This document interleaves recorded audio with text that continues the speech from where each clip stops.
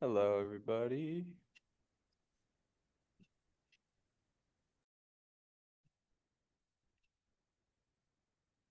Hey. Hey, y'all. All right, looks like Coach Nic is joining. Put my headphones in here.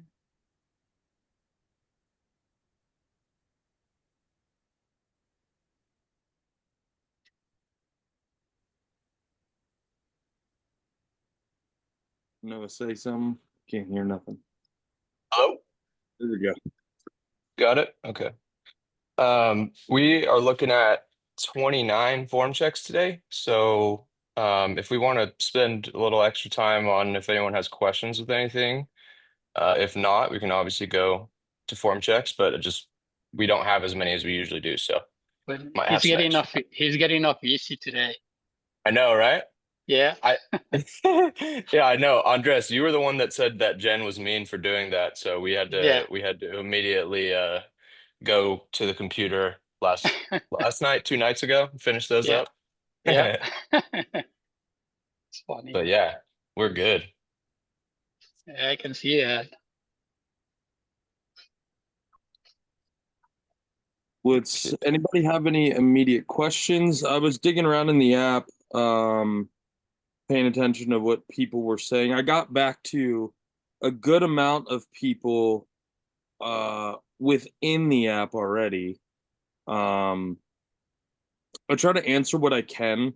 That's not like long form. I hate answering stuff long form in text because I feel like it doesn't do it justice when it can just be talked about.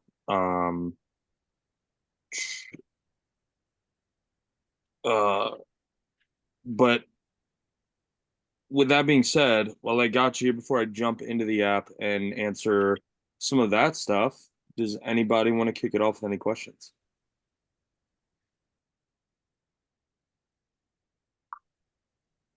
Lively bunch. Okay. I have one. But, Go ahead, Jeanette.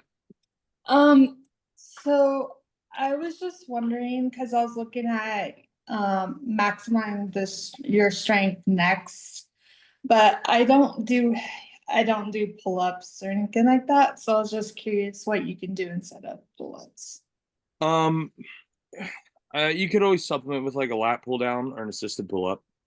That vertical pull plane is the intended goal there. So yeah, you could definitely supplement with anything in that vertical pull plane. My go-to would say a lat pull down, a heavy lat pull down. Okay, cool. I was just wondering. Yes, ma'am. Anybody else? I have a question. I have a dumb question. I'm sorry. Go ahead. Go ahead, Me? Nancy. Yes. Well, talking about pull-ups, what's the benefit of just hanging there? That would be a dead hang. So that's going to be grip strength. Pretty much Oh, solely grip strength.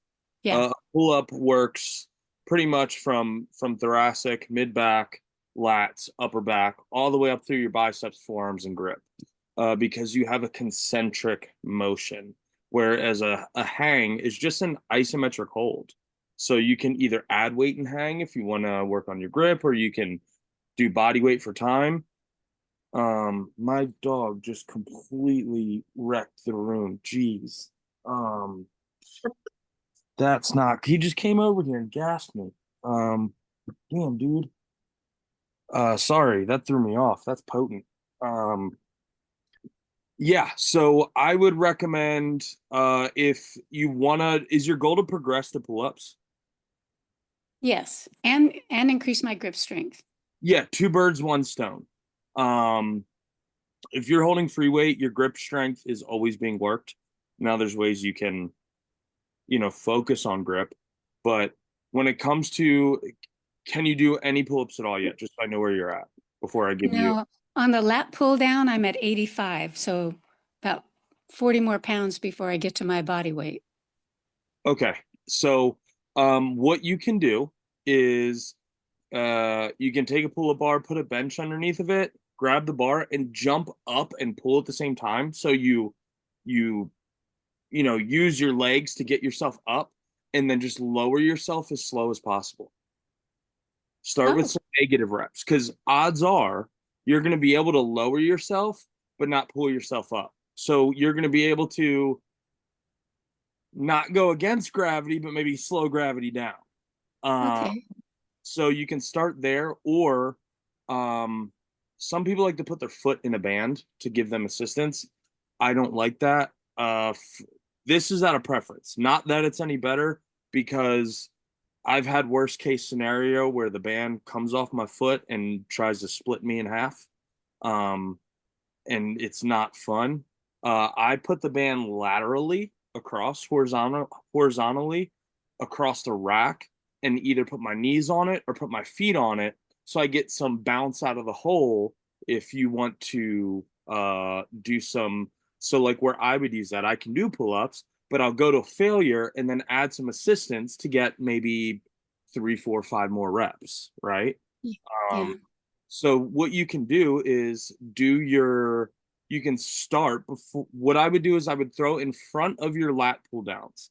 I would jump up, get yourself up, lower yourself down as slow as possible, 2 or 3 times, then do your lat pull downs. Okay, I'll do it. I'll give it a try. Thanks. Getting some overload action in, and then you're getting full range of motion work. Okay, cool. Thank you. Yes, ma'am. There was someone else that started to speak up. It was me, Elise. Hey. Hi. So I have a kind of a dumb beginner question. How much does the bar weigh in the gym when you're doing a deadlift? Is it 25? It feels like it's 25 pounds-ish. That's a loaded question. A standard barbell is 45 pounds. 45 pounds. Yes. Okay. Now, with that being said, there are some 55-pound bars, and there are some bars that weigh less. Typically, if you look on the end of the bar, it'll tell you in the end cap. Most bars will. Some bars won't. The 55-pound bars are slightly thicker, very subtly. It's not something I'd expect you to. If you've never seen one before, you'd have to see them side by side and feel them. Right. But most bars, odds are going to be 45-pound bars that you encounter. What you could always do is, if you have that question, take a picture of it, see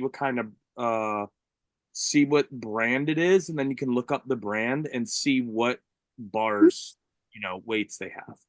Okay. Well, I submitted a deadlift today, so you may not be able to tell by looking at it, but I was just curious as to how much am I actually lifting? So yeah, because it's not my gym. It's a different gym. It's not a regular gym. It's a gym in a hotel. So maybe you'll be able to tell by looking at the bar. If it's a rogue bar or something, who knows? At a hotel gym is kind of a toss up.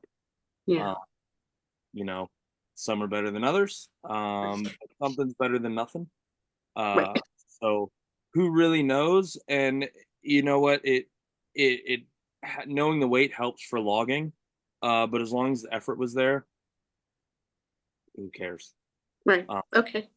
So we'll see. What's your normal? Do you know what your normal equipment weighs when it comes? Well, so I have a home gym, and I just have weighted bars. Okay. Before, so this is the first time I've actually done a deadlift. Okay, fun. So I have no idea, and it's at a it's at a, like the Marriott in downtown San Diego, so I have access to that gym all the time.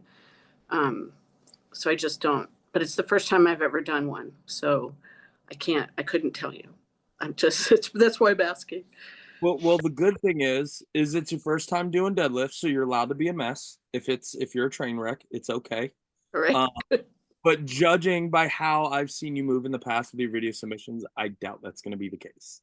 So, Fingers crossed. Fingers crossed. I definitely think you win best dressed on the Zoom call this evening. Oh, thank you. I'm going to see the Eagles in the Sphere later this evening, so I'm already ready to go. I wanted to be on this, and so I'm ready to go. I'm ready to go to dinner and then off to the concert. So thank you for noticing. Fun night. I was like, man, she's a little, either we're all underdressed or she's overdressed. That's Yes, I'm totally overdressed. Yes. sweet. No, it's With a Friday purpose, night. though. With a purpose. I'm really stoked. It's supposed to be awesome. I mean, it's the Eagles. Actually, Nick, with the barbells, you had recommended like a Rogue barbell before.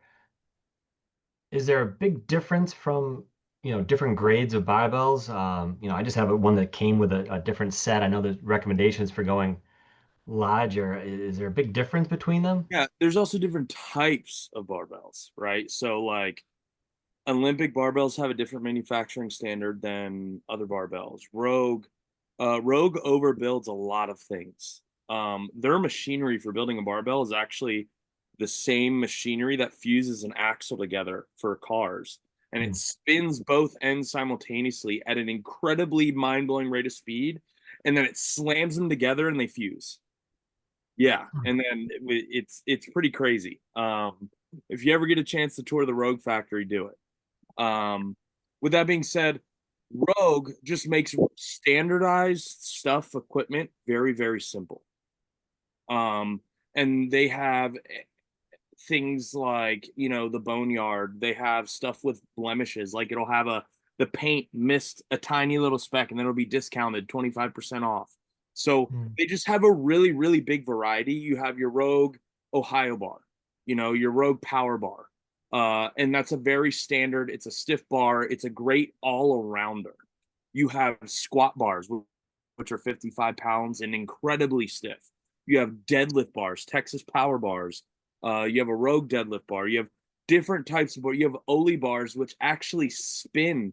The bearings are designed to free float under load. So when you see Olympic lifters catching the bar, those bars spin better than just about any other bar. And that's like Alico.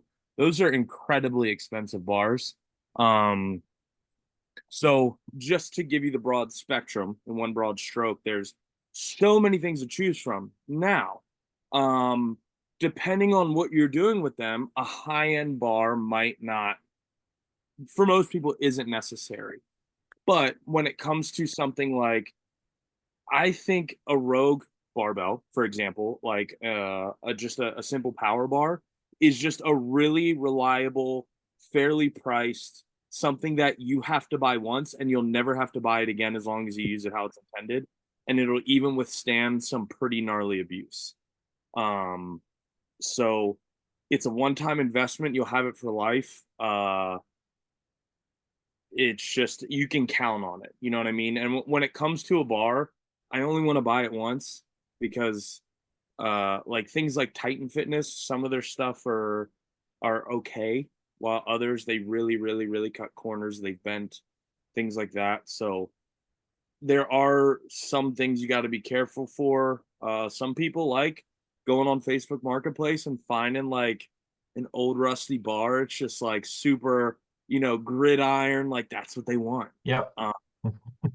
So a part of it is preference, but part of it is what are you looking for? Right now, my buy just kind of came with a weight set. It was like a last couple year Christmas clearance price, and it just kind of came with it. And it's like, is there a difference? Should I be like looking at, growing a set, and is there that much like a real difference? I mean, right now when I'm doing deadlifts or squats, I mean, it's a buy, it works. Yeah. But yeah, Is it a standard size, 45 pounds? yeah, 45 pounds standard, the 2-inch Olympic size. Yep. If it works, then it's exactly what you need. Yeah. That's what I try to tell people, because you can, like, anybody that has any hobby, whether you fish, you hunt, anything, you can get into the weeds with equipment, all the way down to fishing line and tackle and really fine tune for what you're fishing for, where you're fishing. Same thing with weightlifting, right? So it depends how deep in the weeds you want to get it. Some people like the high end, they want the same brand everything. If you're someone that doesn't care, then it as long as it does exactly what you need it to do, then you have the right equipment. If you want to upgrade, then potentially, you do have a workout where you have giant sets, where you have bent over rows with bench presses or something. cough, cough, hint, hint, like some of the stuff I program. You might want a second barbell so you don't have to switch stuff. And Oh, just things like that. And with that being said, you don't necessarily have to do that. You can do one with dumbbell, you can do one with so really equipment depends on your needs. Very sure, much, sure. Okay, I appreciate that. Thank you. sir.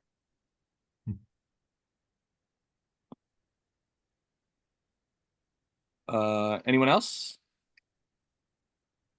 I have a bit Yeah, of how about me?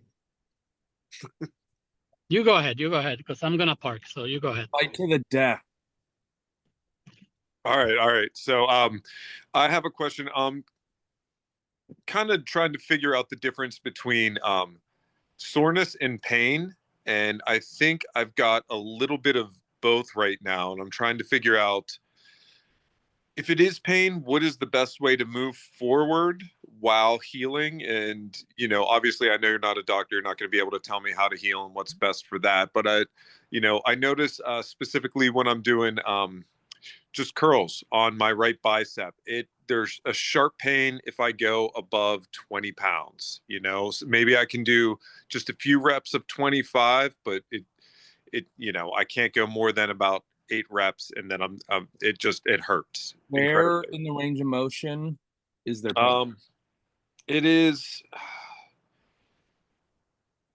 Can you stand up and show me? Potentially. Yeah, I'm trying to think of how to balance my phone here. So, well, I got to figure out how the camera works here. So it's right in here. So when I'm bringing it up, right here is where it starts to hurt, like on the bottom. When you hit peak leverage. Yes. So, and you feel it at the base of the bicep. Correct. Yes, right Where around it goes into the elbow. Right to above the elbow. Yes. Odds are it's going to be your bicep tendon, just because simply it's tendons are much more finicky than muscles. Okay. And they have to move. They have to kind of slide and glide. So they tend to get pissed off a little bit easier. With that being said, if you pronate, say a reverse curl, does it hurt? Or You even know what? neutral? I have not tried. I don't have any barbells up here. I'd have to walk all the way down to the gym. Don't worry about it. That is some food for thought. So pain, I like to tell people if there's some sort of pain if it's a 2 out of 10 or less, keep working. You'll be fine. Don't let it escalate. If it gets any higher to like 3, 4, 5, we need to start thinking about adjusting and getting it checked out. The finicky thing with tendons is it could be something as simple as tendonitis, which is very common in the knees and elbows. I've dealt with both, especially for whatever reason. I get tendonitis when I do log clean and presses, but not with axle lean and presses because the rack position is different. Your legs drive in a slightly different way.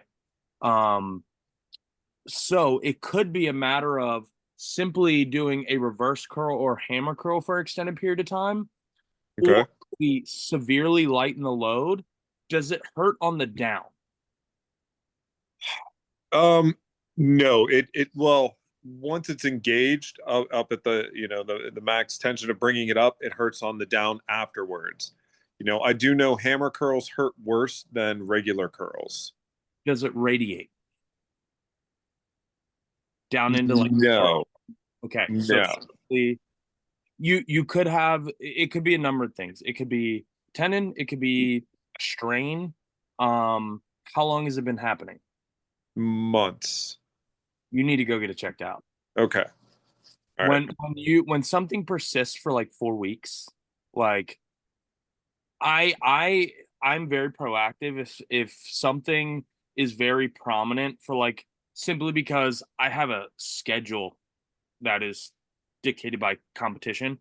I need to go like yesterday to get something checked out to know if I need to treat this like an injury, if I need to treat this like a tweak.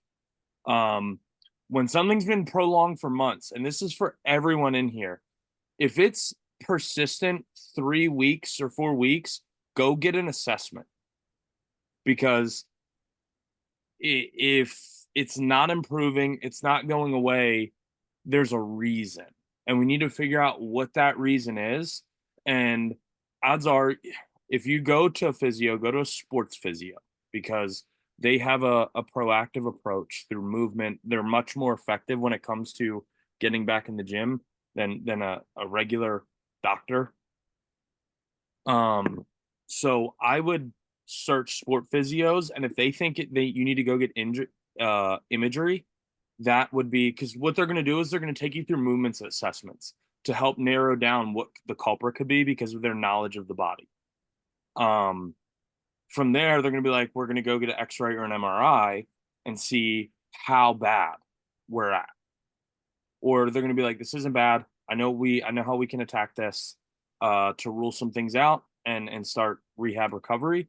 I'm not saying this to scare you, because I don't think this doesn't sound anything crazy, but we don't want it to turn into something. Right.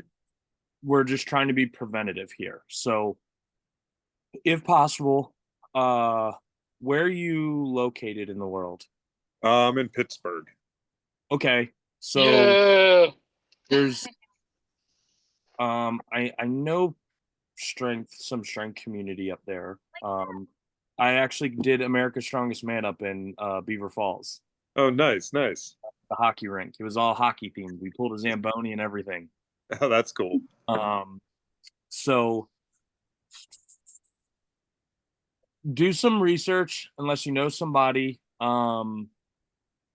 If you have trouble finding a physio, what I'll tell you to do is say, you do some research this upcoming week, figure it out. If you're coming up empty-handed, submit a service ticket. And Catch will forward that to me. Tell them, hey, Coach Nic said, and what I'll do is I will reach out to my side of the world and see who knows who in the area. Because I know a chiropractor that's very well connected, and chiropractors know PTs know, they all know people, right? So I know a chiropractor up there, and what I'll do is I can reach out and see if we can get you in some good hands if you come up empty-handed. For the time being, when it comes to targeting your bicep, keep it at either decrease your angle. Like, we don't want to do any sort of elbow supported that would increase shearing point. You might get away with kicking your elbow back and curling in this plane to get more of like does that make sense? I think I know what you're talking about. Yeah. To decrease the angle on the torsion on the elbow, and the tendon. And that way we can get some blood in at low risk. Okay. That works. And then I guess part of the question too was just like, when I feel that pain, should I just reduce the amount of weight and try to, as you said, if it goes past 3-4 weeks, get it checked out? But I'm also having problems with my shoulders, and I don't know if I'm overtraining or if my program's too advanced for what I should be lifting at. It could be how you're moving, how you're doing certain movements that are creating more stress on the joints. Usually a reoccurring joint issue typically tells me that we're missing something when it comes to foundationally supporting our body, right? So a lot of people feel shoulder pain, for example, in a bench press, and majority of the time it's their elbows are too high or their shoulders aren't on their lats and their back's not packed. So when they're benching, they have a lot of the shoulder movement versus pressing off of their back through their chest. So it could be a number of things. It would just take a lot of looking at how you move and what you move. This is why an assessment's important to see, because a sports physio could help you with all of that. Okay. Because I am not a PT, Right. but B, I can't really assess you properly as a coach without getting hands on you, to kind of really narrow down what could be the problem. Yep. No, that works. Thank you. I appreciate it. Yes, sir. And Jerry, I just did this exact thing to myself in August, and it ended up being a strain. So like all the symptoms you're describing to me were my bicep tendon strain the same. So if just to like give you a little bit of peace of mind, I don't think a tear at least had happened, which is a good thing. Yeah. But I don't want to speak for you. Gosh, that is my biggest fear, is that I've got a tear and that it's just going to be a long rehab road. If you do have a tear, it's subpartial. So you have two heads to your bicep, and a partial tear is usually one head or the other. A full tear, or like a grade 3 or whatever you want to call it, is when it starts pulling off the bone and tendon. If it was tearing, you would have bruising. Gotcha. Yeah, there's the blood goes down. So it could be a micro tear where it's very subtle. It's not really getting worse, but it's not getting better. Or odds are, if I had to guess, it's either some sort of tendinopathy or a strain. Okay. The fact that you're still able to do stuff, that's my guess. But all right. Well, yeah, I'll get on that. I'll try to find some people in the area. Thank you so much, Coach Nic. yeah, keep me up to date on that, please. Absolutely, sir. Lisa, go ahead. Hi. I have a question about the position on a rack pole. Okay. I'm really short, so I have either the safeties go all the way to the floor, or do they go to like the first pin, and there's a big difference between those two things. So it's kind of like either what seems to me kind of low, so it's not that much different than a regular deadlift, or it's like above my knee. How far above? So which is better? How Far above your knee? just above it, not a lot above it. Where you want to be. So a rack pull is targeting the top end of the deadlift. It's improving lockout. It's supposed to hit, glutes, lower back, mainly those finishing muscle groups that are driving home the rest of the deadlift. So I do my rack pulls typically at my weakest point. So I stall almost kind of right at the kneecap, the face of the kneecap.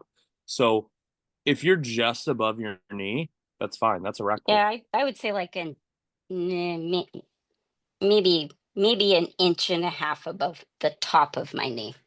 That's okay. Yeah. Okay. Rack pulls vary. There's no like it has to be this height. It's like a range within the top half of the deadlift. Okay. Thank you. Yes, ma'am. Anyone else? Yeah. So, Hit me. yeah. So just what you said on the on the app about the watching your videos and things. So once you guys give me the tips, I feel that I get the image in my head and then I start doing it, right? And then I see my improvement every time I submit a new video. Yeah. Right. And then I know my body's adapting because every time I do it, I feel like, yeah, this was a good pull. And then sometimes I go like, oh crap, this wasn't a good pull this time. But I know how to like adjust my body and all that. And then I know I messed up in the high pull. I gotta fix it again. And yeah, that's kind of it. I mean, I know you guys help a lot, but yeah, we also have to put in our work and adjust and do it, feel it by ourselves as well. Yeah, like your body, that's a huge part of it, is like with Jerry and his bicep, like learning to understand body signals, right? Like I strained my QL 2 weeks ago on a very comfortable lift at sub maximal weight, just the position it got in to recover on dumbbell. And I knew like, I'm not injured. That's a tweak. I just got to let off the gas on this lift, take it out of my next training day, give it a break, and then test the water periodically through the week. So learning to hear those signals, learning to the feedback our body's giving us, all the way down to cueing position. Noah and I are doing it right now. We're literally progressing his deadlift from top. We started his deadlift from the top. We're actually building it from the top floor down to the floor, because simply out of his deadlift, he was much more adapted to a better position for him personally, less thinking was involved. It came more naturally in that rack pull range of motion. And we literally drop an inch every couple weeks, 2 inches, when his body learns that position at that point in time. And then we drop some more height. So all that's doing is creating that mode and allowing his body to understand. And that's all this is when I'm giving you guys cues is I want you to pay attention to the feeling that is happening. I want you to, whether it's deadlift position, bench, or whatever. That's why I'm a stickler on walkouts on a squat. And when you unrack the bar on bench is we want to know and feel the position.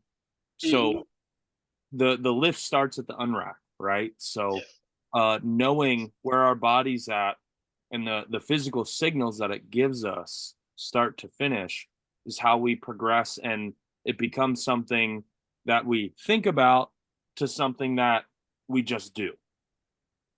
Yep, I got it. And well, one last thing. Last week, my deadlift has been getting so much better that I PR'd at 280. So I'm pretty proud of that. Oh, a lifetime PR. Yeah, I mean, and I still could have done more, but it was part of the program. So I guess I can PR higher. Yeah. Did you submit that video? No, not that one. I'll do it next time I have it. No, I was too beat up like the last couple of days to exercise. And Jerry, I'm in Pittsburgh too, so if you wanna hook up, let me know. Pump team workout. Absolutely. All right, I'm Andreas in the app, so if you need to look me up.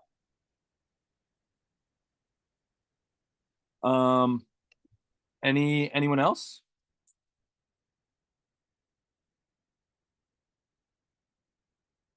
Yes, no. All right, I'll start getting into some of the app stuff. Ahmed asked, basically he's having some scheduling stuff, rest, workout, blah blah blah. He wants to know, should he make up the missed workouts on his last 2 days or follow the app and rest after my next workout? Follow the training schedule. So when we start cramming and making up workouts, it changes the recovery portion. The rest days are programmed there. So I'd rather see you get on schedule versus try and cram. If you have to kind of change your schedule 1 week and then you kind of get back on it at the end of the week, that's fine. But I wouldn't make it a habit. Like he said, workout, rest, workout, rest, workout, rest. But it ends up being workout, rest, rest, rest. With that being said, that's a lot of rest. So you might be able to get one in there, but I wouldn't. We don't want to throw it completely off by cramming, 1, 2, 3, 4. Based on how you feel. I just said listen to your body. So that's going to be a big part. But I wouldn't make it a habit of trying to cram your workouts. If you have to do it for a week every so often, understandable, life happens. Coach Nic, real fast. Yeah, hit me. So piggybacking on that, like I'm a little sore, I play in a recreational deck hockey league. I get, beat up on the hamstrings, lower back and everything. Of course. Sometimes like today I'm just beat and I did not work out today. Is it okay to take a couple extra days of rest? Like I know I try to stick with the program. I try to follow it. I think it was one of the first articles you wrote or a video you posted where you were like, you got to stick with the program to see the results. And I'm trying to listen to the cue of my body saying like, calm down, buddy. You're getting a little old. You need to rest. And also being like, no, you need to stick with it. You got to face the adversity and just kind of keep going, I mean, I was a hockey player, so I totally understand the demand. I actually played. I'm not a cop, but I worked at the hockey rink in high school. Fun little, because you're a firefighter. Yeah. I was 17, so I wasn't old enough to play in the men's league, the beer league.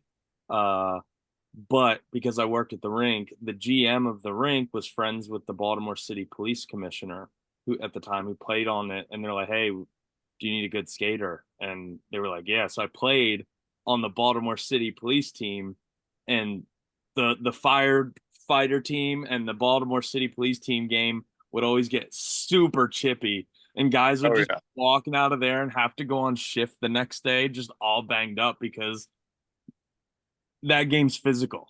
Yeah. So, with that being said, um, when it comes to like the day after, I would say that makes sense. But what you can do is adjust your effort, right? So we can lower the weights and go for more of like, say, a pump versus pushing the envelope. So Yeah. honestly, I think, and it's worth a try, say you trained hockey game, rest day, next workout, get in there, move, keep effort like mid-range, like 5 to 6 out of 10. And see how your body feels. Don't kill yourself, get blood in, blood out.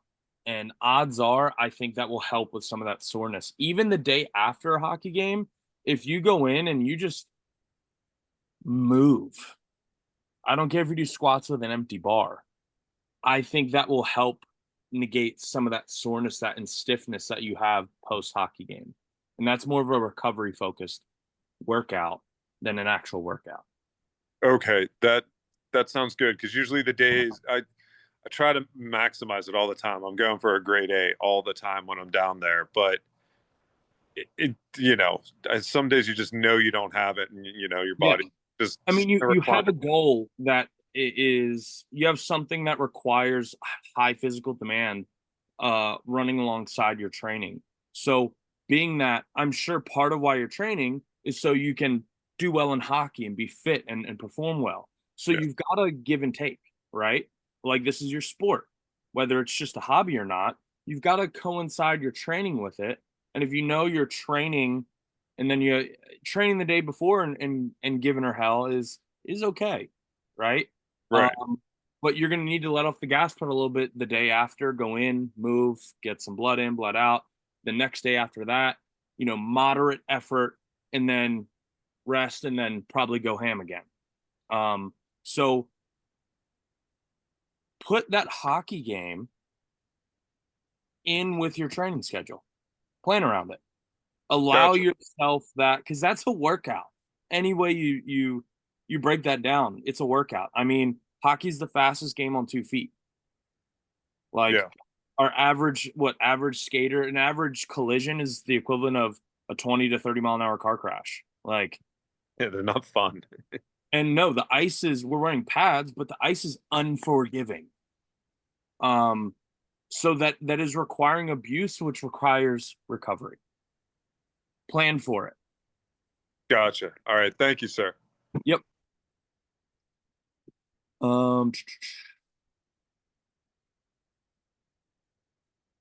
Deadlift improved. All right. So Vix, I have hypermobility in pots. I've been really struggling with any form of lunges. I used to be fine with them years ago, but was inactive for a long period of time. I can barely get any range without shaking badly and with some mild pain. I am fine with squats though. Should I do as many as possible, even if it's only 2 or 3 at first for each set? I can tolerate the pain. I've considered finding a physical therapist, but I'm sure they would give me exercises to what I'm already doing here. Yeah, you should go to like a sports physio. Especially with an underlying condition like POTS, that adds a different variable.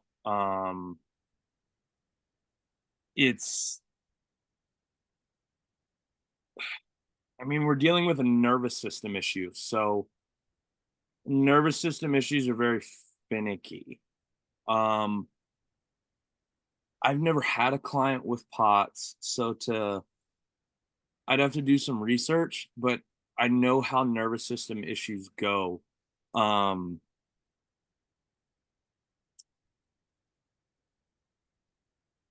For those that aren't aware, like POTS, like you can have like an abnormal heart rate, like standing up,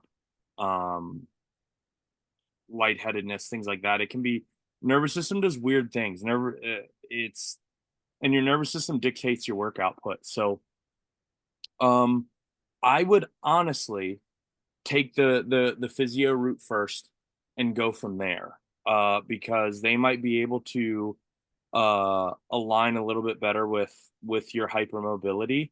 I don't know where your ranges of motion, where you're hypermobile within that range of motion to say, let's stop here. Like this is what I mean. Like this is a hard thing to answer in a text question, because reading it, I have like 20 questions to be able to formulate an answer that isn't pulling something out of my ass. So because of that, I would say go the physio route, and explore that and see what happens. The next one. I'm so bad at navigating this app. It's not even funny. I think I answered pretty much everyone else in the. Did you see we got mentioned by Ian? It's something about his form check, so it's not necessarily a question. I just wanted to see if you also got that one. Which was it a more recent one? Mhm. Or was it in the Yeah, chat?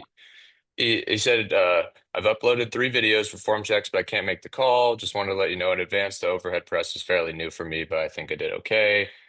He's basically just explaining his form check. So I'll just wait till we get to his and I'll bring that up.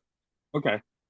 I mean, I am good to get into the form Yeah. checks. I do want to make note. Rory asked a question about breathing and bracing. I answered it in the app already, but it's a very common question, so I'll put it out there for everyone. She said, "Can you talk about breathing and bracing technique today? What's the best timing of inhale and exhale?" You inhale before you start moving with the weight. You exhale at the top between reps. When we're moving weight, let me clarify on that a little bit. On a compound lift, squat, bench, deadlift, overhead. When that weight's moving, we are braced. Bip, bip. That's our rhythm, right? We breathe in between reps. When it comes to things like assistance, RDLs and things like that, the breathing cadence is the same on a compound lift. That's a bigger assistance movement, but things like dumbbell flies, things like that with the higher rep ranges, bracing hard and heavy isn't the same because we're doing a little bit longer of a duration. So you can go with a lighter brace, maintain that intra-abdominal pressure without the risk that you would be due to the lack of total tonnage. So yeah, when it comes to big main movements, you are not breathing while you're moving weight.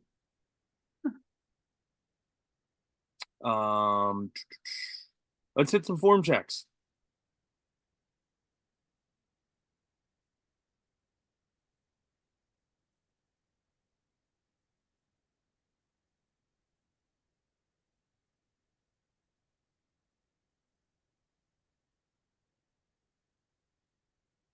Elise's first deadlift.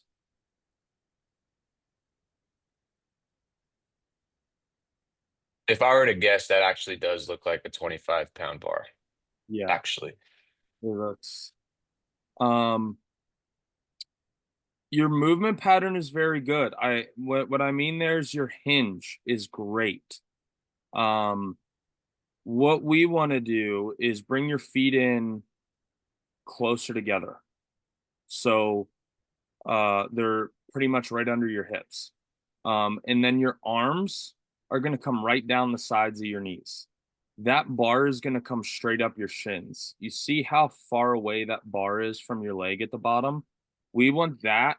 Basically, we're going to have you sit back a little bit more to your heels, Okay. and it's bring your chest up. It's going to bring the bar in, and you should feel a little bit better leverage over the bar than it's that old saying I like to use. Look at how a crane operates.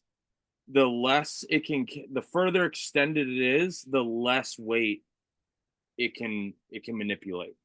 When that boom's retracted and it's in close, it has a higher weight tolerance.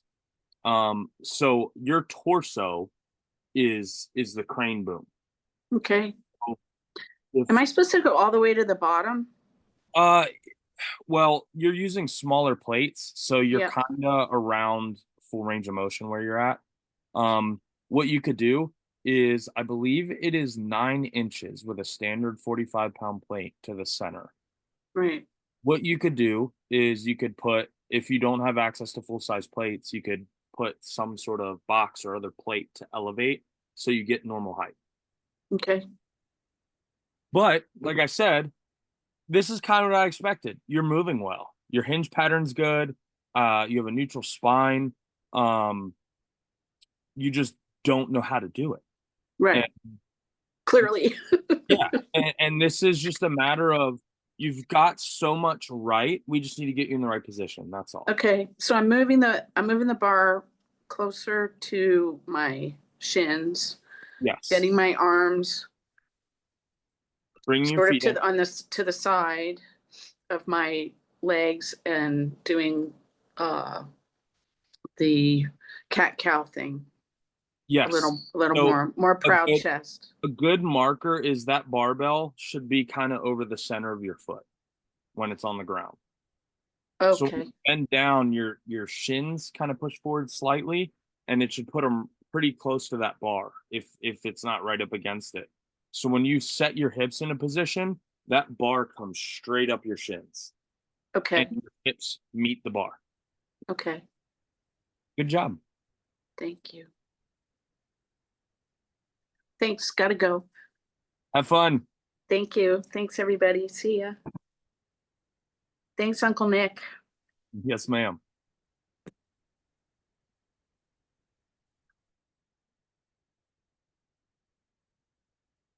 I like this position. Shoulders right over the bar.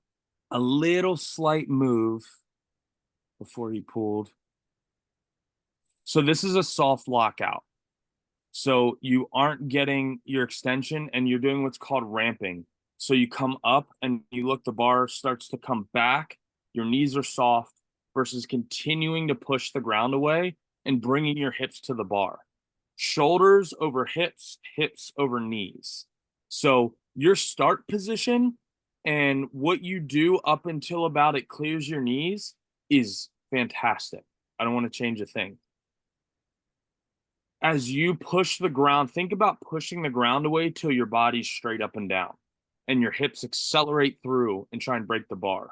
So you're kind of coming up, knees are soft, and you're leaning back versus allowing your hips to travel through by squeezing your glutes. So I want you to end shoulders stacked over hips, hips stacked over knees. Next.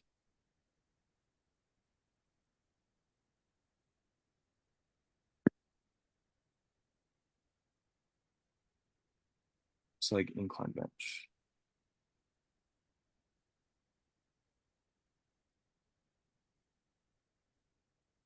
This is great. Legs aren't bouncing around. Looks like he's getting some leg drive in there. He's pushing it back up towards his face. Jamie, your incline bench looks fantastic, man. I've got nothing for you here. Keep doing what you're doing.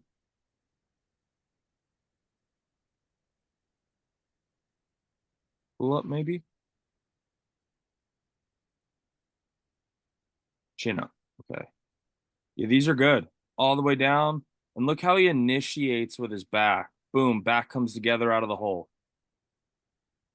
Pull-ups, chin-ups, whatever the variation, the start is the same. You squeeze with your back, come out of the hole, and then you finish kind of with your arms. Good job. Next.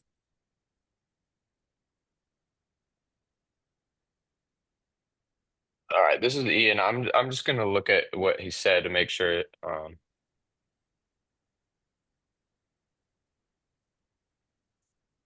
He said his physio recommended box squats because he said his knee pain is from leaning too far forward and putting pressure on my knee capsule. I'm Makes worried sense. I'm sitting down too much though, because the bar is rocking back slightly at the bottom. So hope Yeah, that he's helps. coming back Yeah. to the box. So one way we can correct the knee traveling forward. This is an exaggerated version of it and getting back to your heels. If that box was there, you'd probably fall over if you went any deeper. The other thing is pointing your toes out and driving your knees out past your pinky toes instead of pushing forward. So a lot of that can come to do with hip mobility, ankle mobility. There's a couple different variables going on there.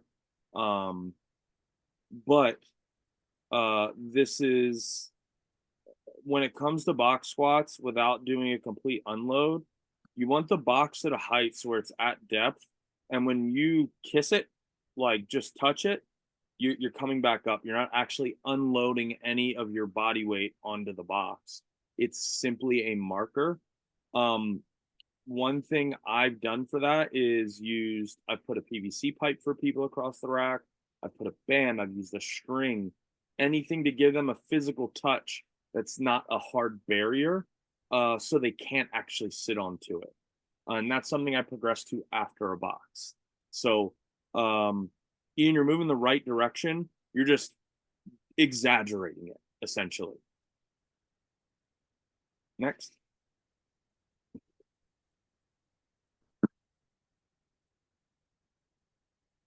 Cable crunches.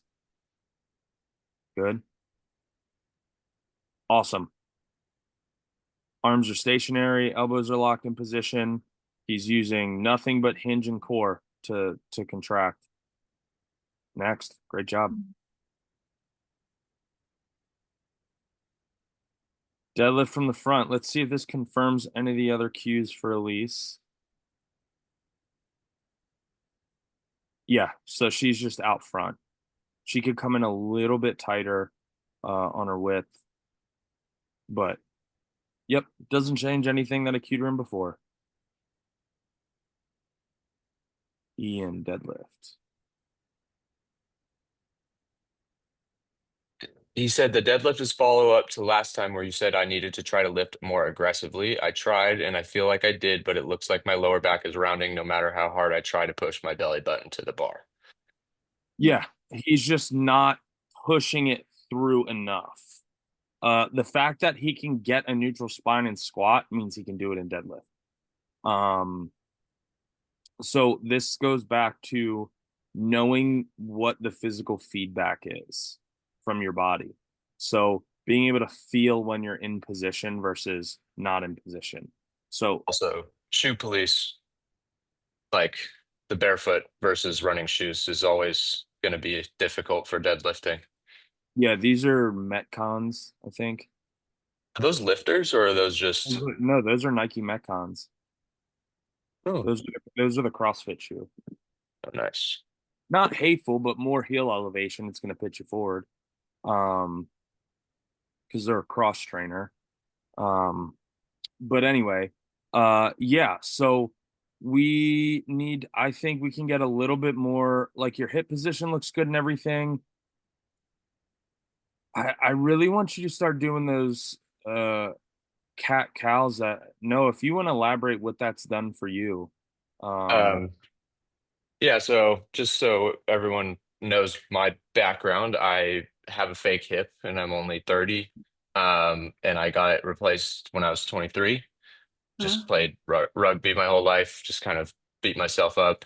And cat cow, if you're unfamiliar, is essentially like you're arching your back and then you're rounding it and you're arching it, and it's basically helping you like get the cue of not just putting your hips through, but like you're using your kind of tell me if I'm saying this wrong, but it's like you're using your whole like tightness to get into position, and you're practicing like kind of having the connection between your hips, your back, your shoulders, everything. Yep. And so it's kind of, yeah, that's how it works for me anyway. Yeah, so what it does is when we go into that arch where our chest is proud and our back is arched, it's creating anterior tilt. So if If my pointer fingers are the top of my hips, it's turning our hips down, which that's what gets us our lumbar into a matching neutral with our mid back and our upper back. So when our hips are in flexion, our lumbar's in flexion, our hips are in posterior tilt here. So the top is tilting back. We want anterior tilt so our hips rotate forward and pull in our back into neutral position from the bottom up. So emphasizing and exaggerating that cat-cow, what that does is it ingrains that feedback of rolling your hips forward from the top to set your hips from and your back from top to bottom. So I think it just needs a little bit more of that physical feedback, something to make the light bulb go off to know he's in position. I think that would help. And he makes me do 3 of those before I pull. Mhm. So it's like last week I was doing pulls and he was like, I want you to do 3 cat cows before every rep, which is just like practicing that getting in position. It looks stupid, but it's just kind of like forcing myself to fall into position with that. Benoit. Yes, All right. I lowered the bar 3 inches. There it is. This is cat cow. This is exact. I'm glad this was the next video. Benoit, that was great. Cat cow. Beautiful position. Well done. And whenever my lower back is rounding a little bit, I think what I found is to really push my belly button to the floor and maybe bend a little bit the knees. And then I feel the lower back going in the proper position. But you're able to physically feel and recognize. Oh yeah. Every time, even before squats, I place myself in the deadlift position. I do the cat cow, and for some reason, it helps me to keep my lower back straight, so I can go deep in the squat as well. So I really and I feel it much stronger.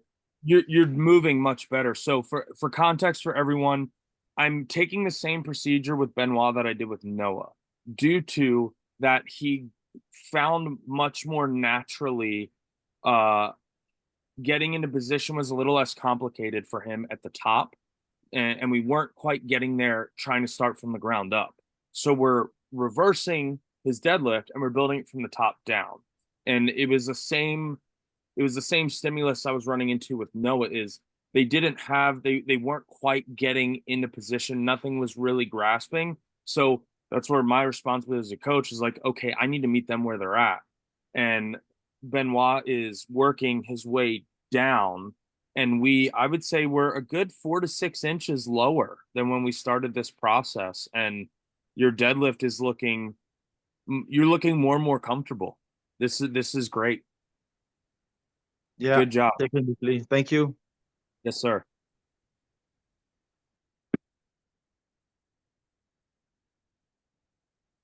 From the front, Anita, I want you to drive your knees out. Okay, good. She's going to give me some side angle.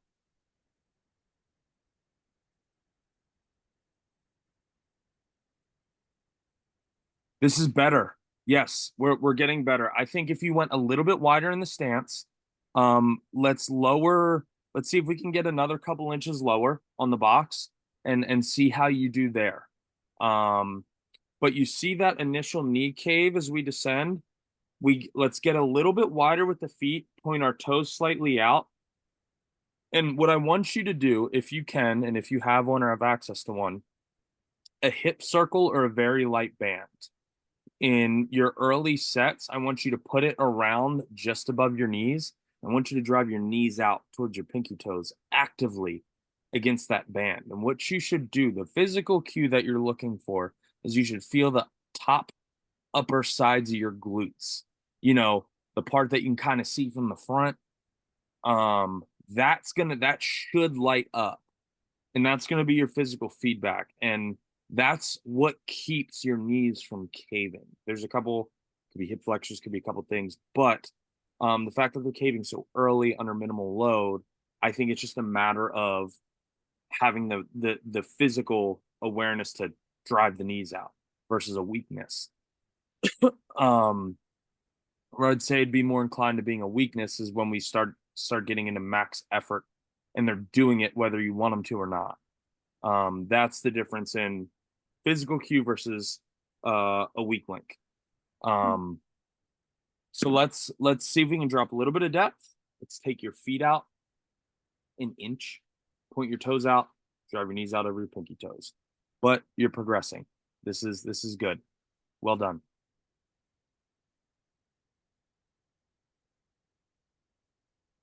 Custom Olympic platform. Stay hungry. That's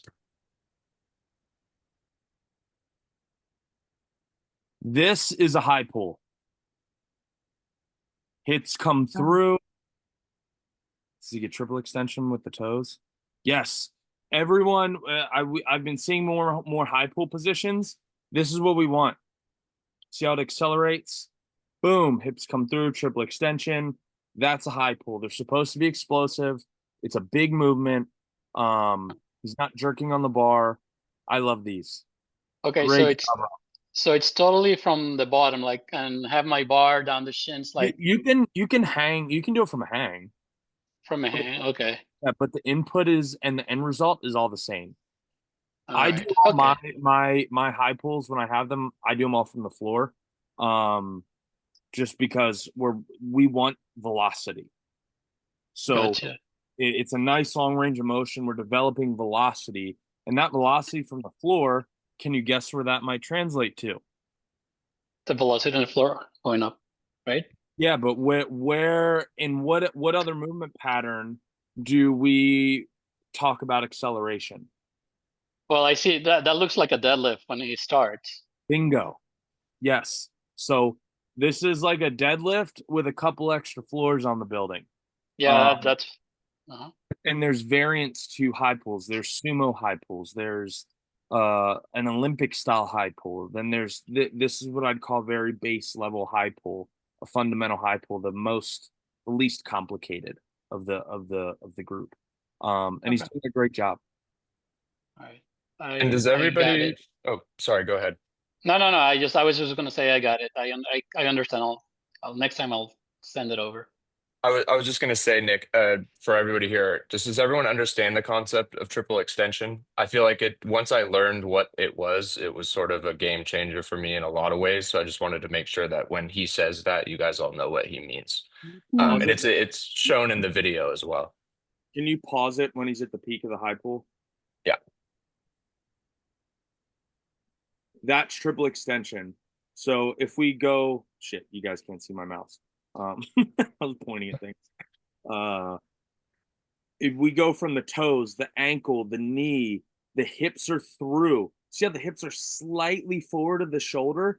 That means his hips are in complete extension. His body, it kind of arcs back. Like his shoulders are over his heels now. So he has hit complete extension. So if you were to get that bar out of the equation, that's about what it'd look like if he was trying to jump as high as he can. So that is what I say, triple extension. That's what I'm talking about. And if you see Nick doing stones ever, he uses that same triple extension to get a stone onto a high platform. Even more so. Yeah.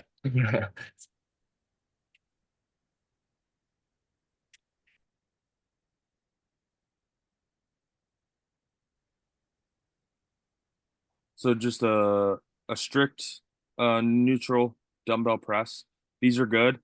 Frederick, one thing to be conscious of is A, lock them out. Let the triceps do their job.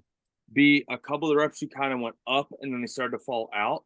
I want you to envision pressing them over your ears or over the center of your head.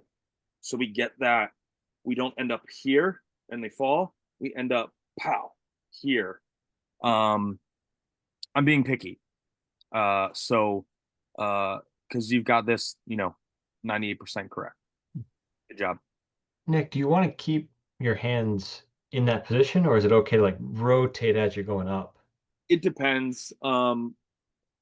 I'd have to see what his movement called for. If it says neutral grip, dumbbell shoulder press. It's usually just standing shoulder press, but it always just feels better. Yeah, you can, if then it's kind of up to you. You can do it like as if you were in a barbell. You can do it somewhere in that natural.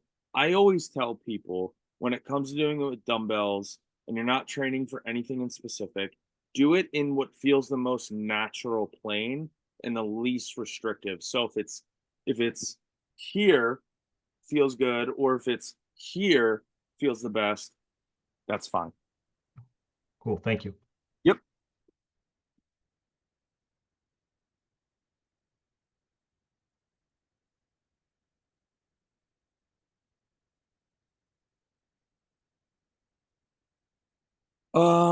If these are supposed to be a rear delt raise or rear dumbbell fly, so this little kick out is eliminating the rear delt out of the equation. So with rear delt flies / raises, depending on what country you're from, my coach is British. I call them rear delt flies because we're American, and we won that war. He calls them rear delt raises. You are essentially taking those dumbbells and you are pulling. It's the opposite movement of a fly. So when our fists come over past our dumbbell, we're no longer using the rear delt runs through here down into our tricep. It's like the back of our shoulder cap kind of runs across into the trap. So if you think about you're pulling a band apart in front of your face, you're going to feel that in your rear delts, your traps, your scapula, those muscles. So when we take that and we flick and rotate, if you were to apply that to like a chest fly, you no longer get the main mover. We're out of the movement plane we need to be. So less bend, lighter weight, fixed elbows, whether they're straight, slightly bent, we're bent over, we're pulling apart, and we're hammering the back of that shoulder. It just has to be way more strict because it's a smaller muscle. It's a stabilizer muscle group. Next.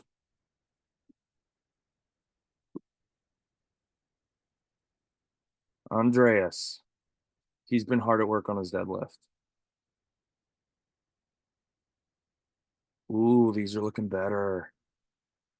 His position's gotten so much better. Your hips got a little low on the second rep.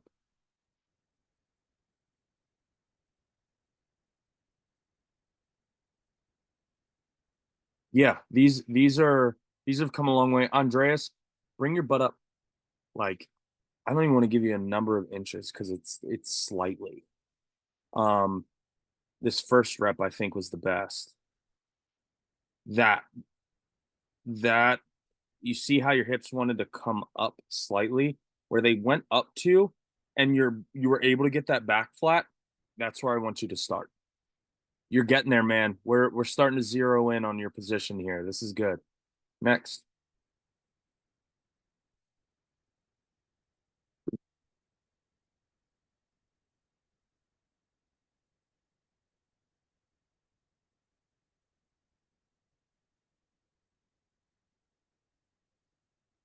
Oh, she psyched me out. I thought she was pulling in, and then she all right, so you're almost there. You're starting to, right before you pull, it's like you try to sit into it and it actually throws you back into flexion versus pulling that cue, that belly button to the bar. Every time you're sitting back, you're posterior tilting those hips. So the top's rotating back, the glutes are curling under, and it's creating flexion in our lower back. It's rounding us out. So I want you to do the opposite. I want you to, instead of sitting back thinking you're getting into position, I want you to lock your back in and pull your belly button to the bar, which you did right there, and then you throw it back. You're right there. We just need to get the hips moving in the right direction is all. Overall, you're doing well. Just that one cue will really make a difference.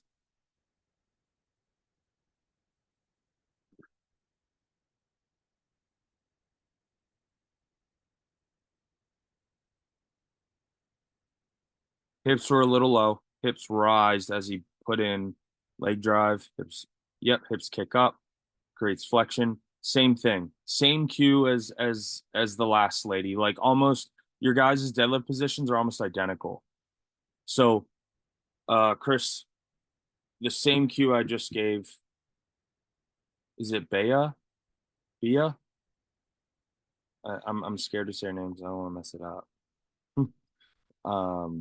She looks like a nice lady. I don't want to butcher her name. Same cue. Bring those hips up a little bit. Pull your belly button to the bar. Let's get that spine neutral. Next.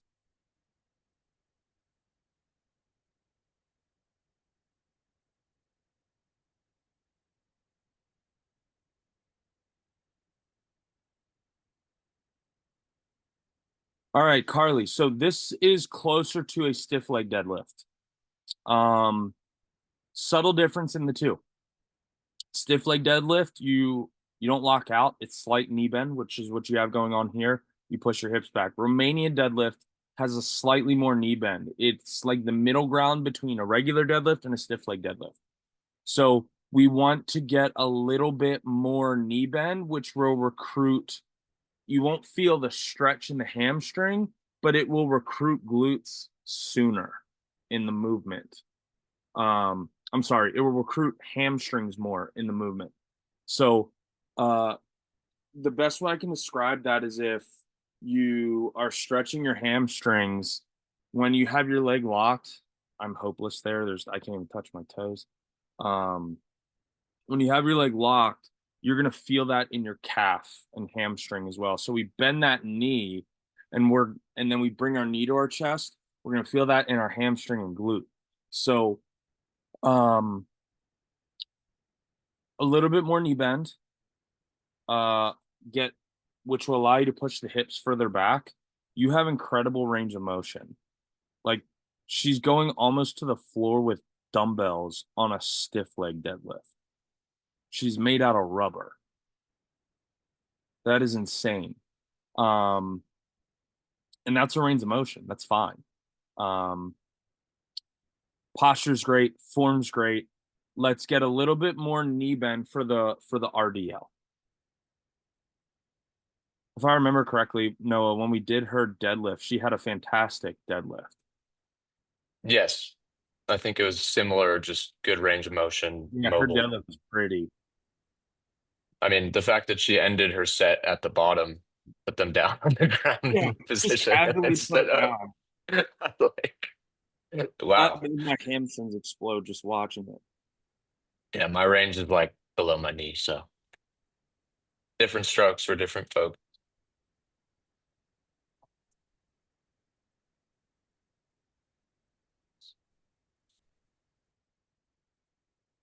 All right, Reid. Great squat. A little high, just a little bit. That hip crease is just above the knee. I've no doubt you can get lower. Everything else looks freaking awesome. Let's just work on getting a little bit lower, Reid. But your squat is very much intact. Strongman, let's party. We got a log. World's strongest firefighter competitor right here. Hey. Yes, that clean looked much more like I think that's what we talked about last time was his clean. How he was trying to barbell clean. So, everything's looking much better. Everything's looking so much better. You see how when you come up, you rise briefly without the log. That's going to get harder and harder the heavier and heavier log gets. We need to really, when you keep those elbows high, you have a nice explosive clean, right? We don't have power bellies to shelf it on. So what we really got to be conscious of is A, using our athleticism and being explosive, and two, really keeping those elbows high so we get more of a snap and breaking the log around our torso. So we go down, break the log, snap up, and keep those elbows as high as you can. So when you dip and drive, it doesn't try to roll forward on you. But overall, you're moving much better with this. If you look right here when he comes down, dips down, see how far his chest rises above the log before the log actually snaps up. That's just gonna exaggerate as he gets heavier when that log's not glued to your body. So basically, think about it when you explode up, think about getting your hips through sooner. So as you're coming up, the log's rolling. But we made progress. I like this. Next.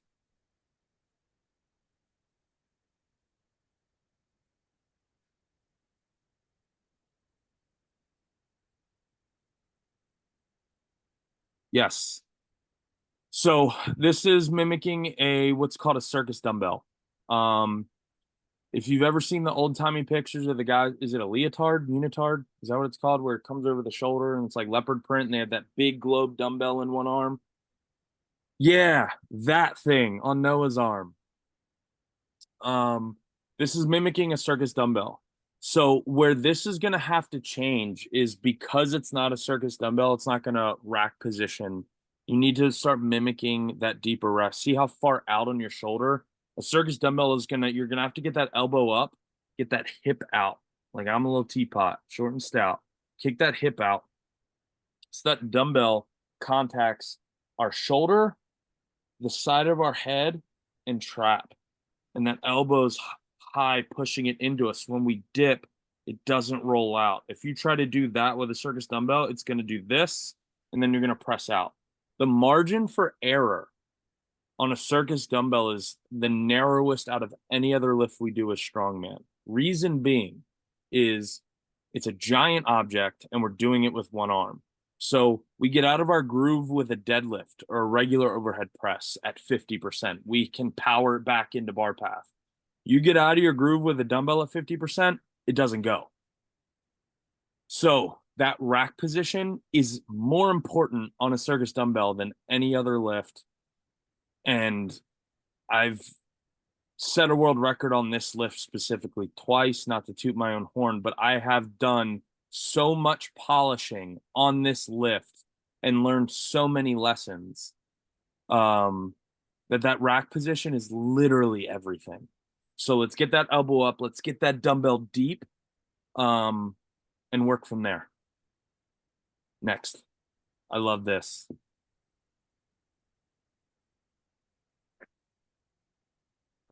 Some strongman sprinkled in makes it even more fun. It's like the icing on the cake. Okay, so we're gonna shorten your range of motion, good sir. And we need you're completely in flexion. So if this is supposed to be a stiff leg deadlift RDL, it really doesn't matter at this point because we're out of position either way. So what I want you to do is that same cat-cow cue that you've been hearing me give all night. Really push that chest out, push that belly button to the floor, and your range of motion stops when that lumbar starts to flex. That's it. You go no deeper. You squeeze your butt and your hips come slamming through and you stand up straight, brace, do it again. We want a nice neutral spine on these. Keep your back tight. Everything top to bottom is incredibly important on this assistance movement. Next.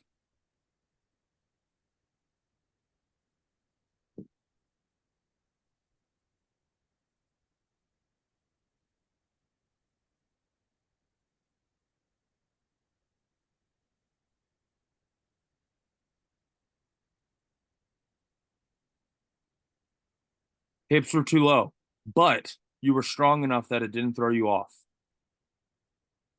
I see Derek nodding. What'd you notice? Go ahead. You're muted.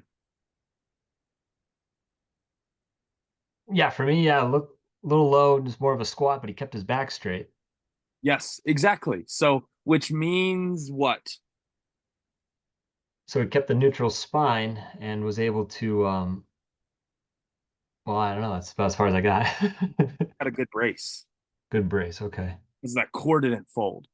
So that is a really good testament of what a brace is supposed to do. So even when we get out of position, we still want that brace to hold. So even though he set up too low and his hips pitched up and he rotated forward, that he didn't skip a beat because his structure was strong enough to bear the weight. So if he brings his hips up to where the bar raised, he's going to have so much more power on the table because he won't have that lateral movement of rotating forward.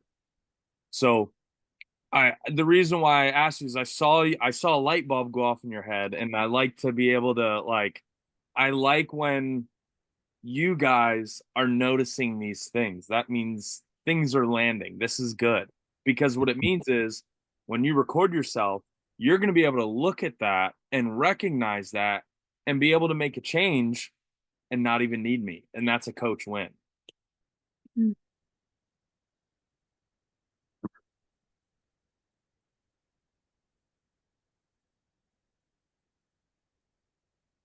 If I'm not mistaken, Jan's first deadlift might have been last mission.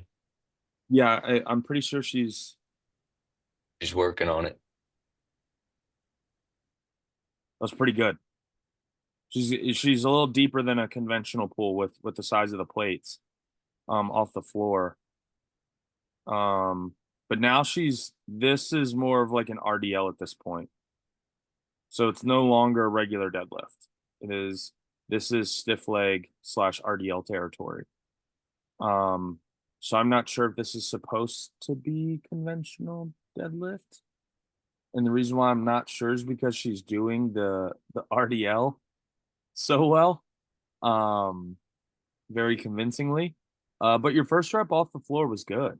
If that was a conventional deadlift, it was just everything after that was an RDL versus getting the leg drive out of an actual deadlift. Next.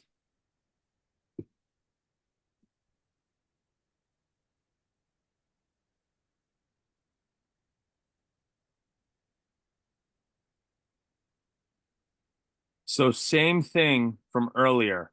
You see how and the fact that it's happening means he's conscious in him trying to set position. So if you look, his butt is connected to his head. And I know that sounds stupid, but watch when his hips come down, what happens with his head. His head travels. If this is head and this is hips, he sits too low, his head, and then he rocks back forward. So the good sign, the good feedback here is that his brace is rigid and it's all connected. It's one unit. There's no folding. So when his hips dropped, his head came back. So now he pitches forward. So he's sitting too low. If he keeps everything the same and just brings his hips up, perfect. So Will, overall, you've got it. Doesn't that rocking, he just needs to get that rocking out of the way because he's just like. Yeah, so that's what I mean by he needs to bring his hips up because he sits. And what's bringing his hips back up is he's giving leg drive. He's pushing around the way. And what has to happen is his hips have to get into position for the leg drive to start. So naturally, as he inputs leg drive into the floor, it pushes his hips up till his body goes, yep. And then it comes off the floor. So if he gets his hips there, his leg drive's immediate, and he doesn't rock forward. And then because he has to like go from the butt, like push up, something like that. All right. Yep. Yeah, gotcha. Next.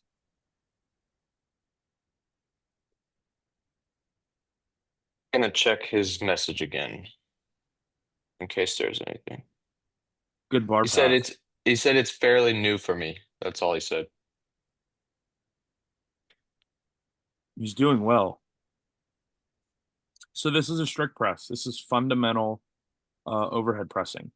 And what I really like about this is he's doing what I call opening the window and putting his head through.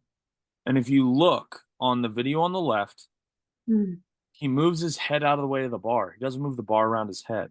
that bar steadily presses back towards the center of his head, just like a bench press does. You drive back towards your face. So he's moving his head around the bar and not the bar around his head. So when I say he's opening the window and then he's putting his head through back into position, I love it. Well done, Ian.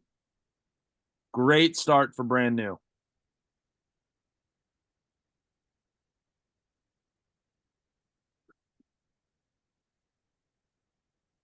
In squats. These are always so weird to get in position, especially if you're new to them, because you got to start in the hole. Yeah, that's what I'm struggling with. You did well. Noah, can you start it right before she comes up on the first rep, please? Again.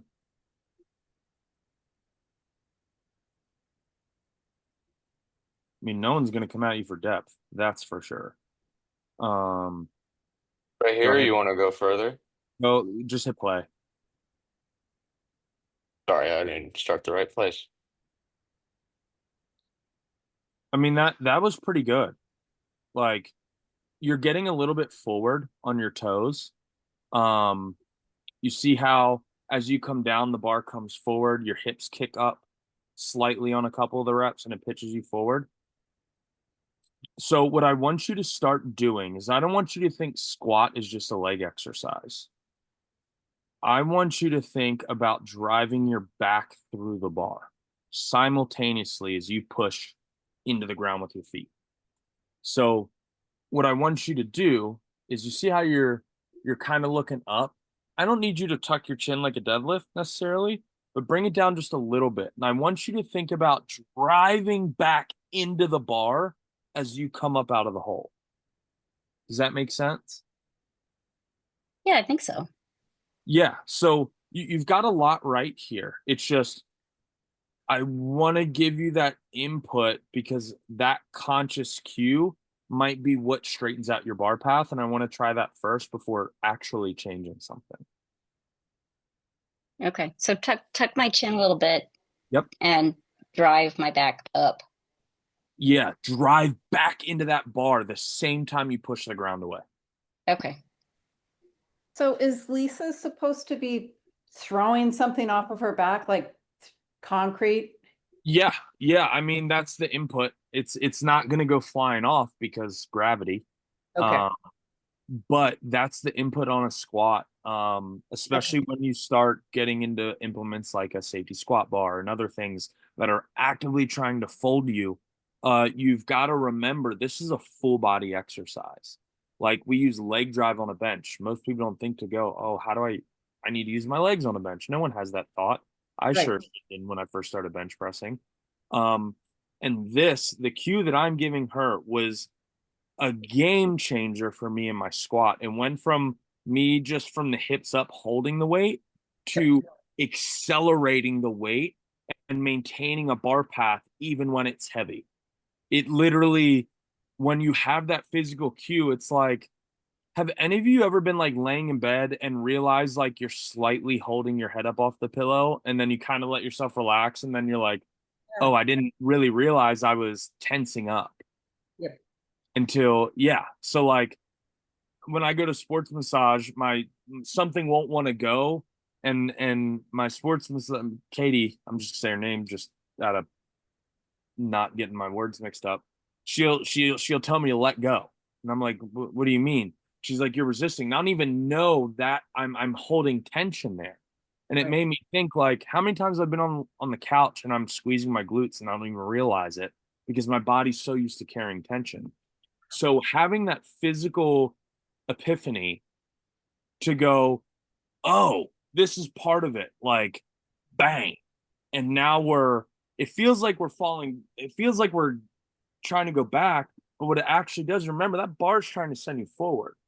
Right. So we're driving back into the bar with our upper back simultaneously as we're pushing the floor out from underneath of us. So our hips can come through. So basically our shoulders and hips trade place like this on a squat.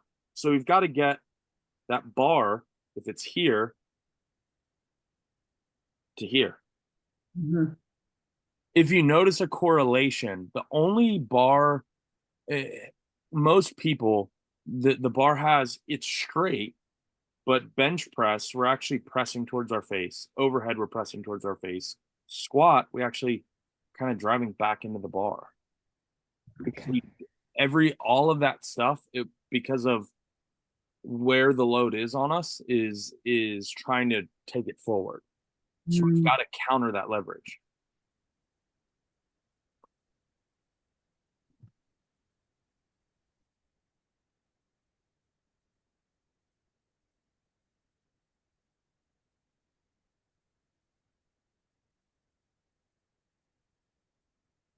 That was a good little clean. Snap right up.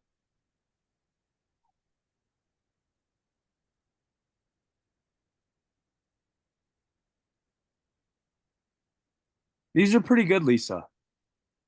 The only thing, if you stop at the Noah, can you pause it when she's in the bottom of any of the reps, really? So as she comes down, pause. Look where the bar is and look where your elbows are. Mm-hmm. So when you input initially, what that means, what's going to happen is the bars actually, your input is going to be this direction, and then you've got to come around and drive it back. So it feels weird. It feels like that. You can't move your head out of the way because you have the backrest, right? But what we need to do is tuck that chin and get our elbows a little bit more, as much as you can, underneath the bar. So as we press, we're in a better position to go up and then over our head. Because your initial input out of the hole here is it can't be anywhere else than forward because of the angle of your forearms. Your elbow's behind the bar. We need it underneath. I'm wondering if I need to change my hand position to make that. Yeah, you could go easier. A little out. I can't really tell width here because the side angle, but you could, what I would do is the next time this comes up is record each set from the side and try to activate that, keeping those elbows underneath the bar, and watch each set before your next set. Okay. So then you have that, you can start making the connection of what feels what. You're like, oh, it felt like this. There's the visual to make the connection of the physical cue. Okay. Luckily, you got strong delts, so you were just fighting it back anyway. And we also noticed that two submissions have been side-by-side videos of two different angles. I mean, people are getting really technologically advanced in this group. I'm loving it because it's. So Lisa, his is a very similar at the bottom, but not as drastic. His elbows slightly come back, but it's not quite as drastic. So Robert's bar path is pretty good, and it could be a matter of you're coming just too low.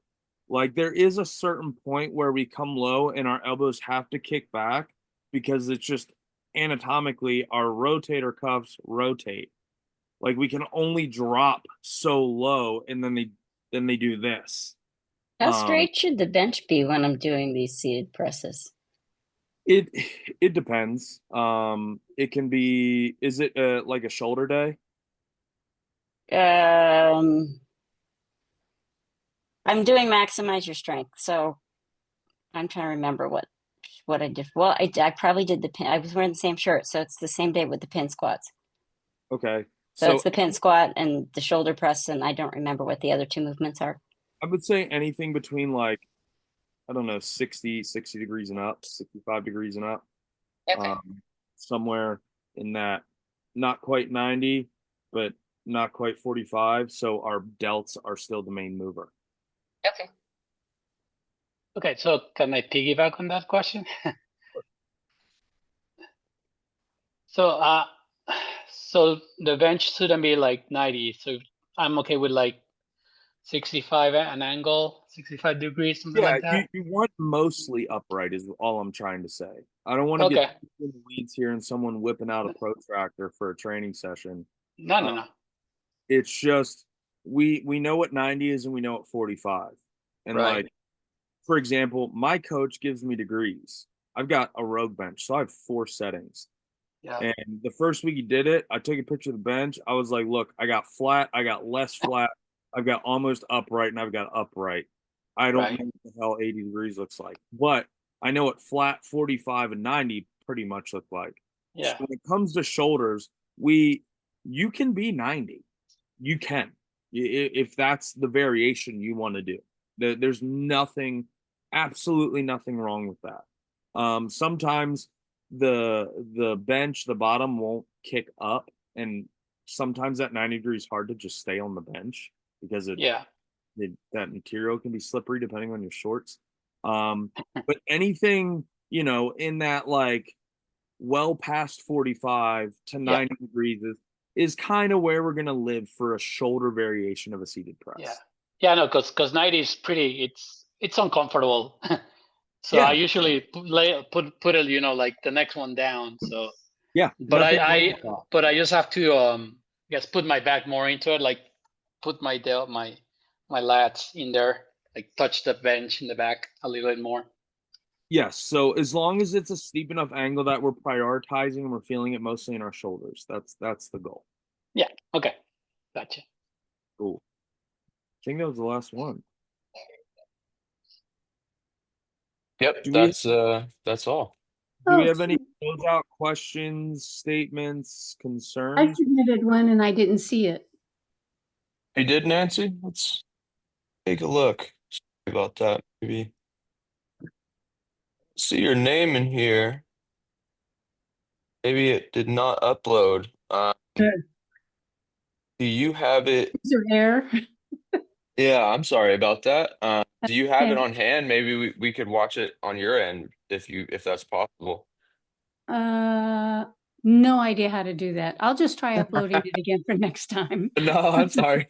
Here's what we'll do. Yeah, that's I don't. It was I a don't, deadlift and there was lots of deadlifts. So I think what I was doing is okay, but I need to try that cat cow.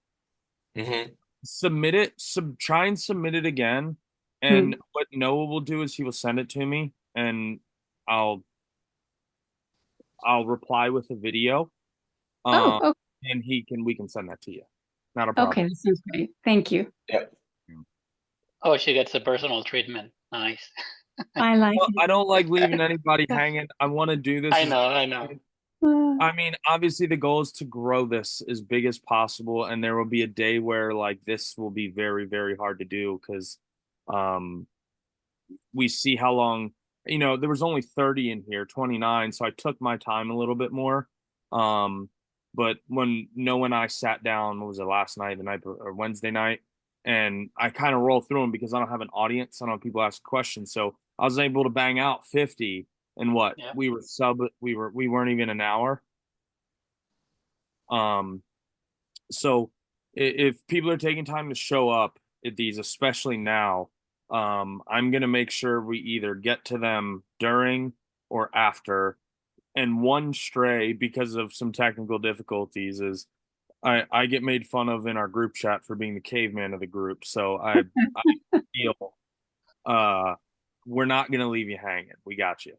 Thank you. Mhm. We And if appreciate we that. fall short ever, please tell us because if we don't mean to, Yeah, if we we miss it, say it's not something on and purpose. don't do it. Yeah, it's not on purpose. Cool. Well, thank you everyone for showing up again. This was good. I hope people got some takeaways. I'll be doing another one next week. We had some. What did everyone think of this time? Great. Okay. I like the afternoon better. Yeah, we're just Yeah. kind of spitballing times. We were doing morning Noah's time. I'm East Coast. They're all West Coast. So we were doing, midday my time, morning their time. I will say I'm gonna have to start for the next 2 weeks. I'm gonna have to be either mornings or evenings because I'm 2 weeks out. from Worlds. So Nice. I've got to get my training, got to get my training and everything done as the plan. So we might have some more evenings frequently. I'll talk to Daniel and Noah and see if we want to. I know it's hard for the European audience to do the evenings because it's probably like what 2 a.m. over there right now. Nick, I'm an Aussie, and this was a perfect time for me over in Australia. Well, so you guys thank are a you. whole day ahead. That's it. It's midday Saturday, so thank you for catering. That was excellent. Which coast are you on? So I'm down in Melbourne, cold, dreary Melbourne at the moment. I've got a bunch of homies in Perth. Oh, They're living it up in the humidity. They'd be Yep. loving it. Yep. Plenty of hoodies down here, but thank you. Thank you for this time. It was great. Great. Good to hear it. We still, All right, me and Nick are trying to convince Daniel and Adam to go Australia, New Zealand meetups. So hoping for that soon. Yeah. Big push there. I also want to get an East Coast one going. I don't know if I'm Baltimore, so I can Philly's travelable, DC's travelable, Baltimore. I don't Do want to get Baltimore. I'll say not Baltimore. No, do Baltimore. I'm Baltimore. Are you Baltimore? Where are you at? I'm out county. I'm in Hunt Valley area right now. Okay, it's like 25 minutes. Yeah, I grew up in the city though. I grew up out here in the boonies. We can tell, dude. Yeah. All right, you guys. I hope everyone has a good weekend. I will see you guys next week. Day and time to be determined. Yeah, All right, and sounds good. just following up on the YouTube, I'm going out to dinner with my fiance, so it's probably not going to be up till later. good. It will be up tonight, I promise. Thank you. Thank Bye. you guys. Thank you. Have a good one. Good night. Have a good night.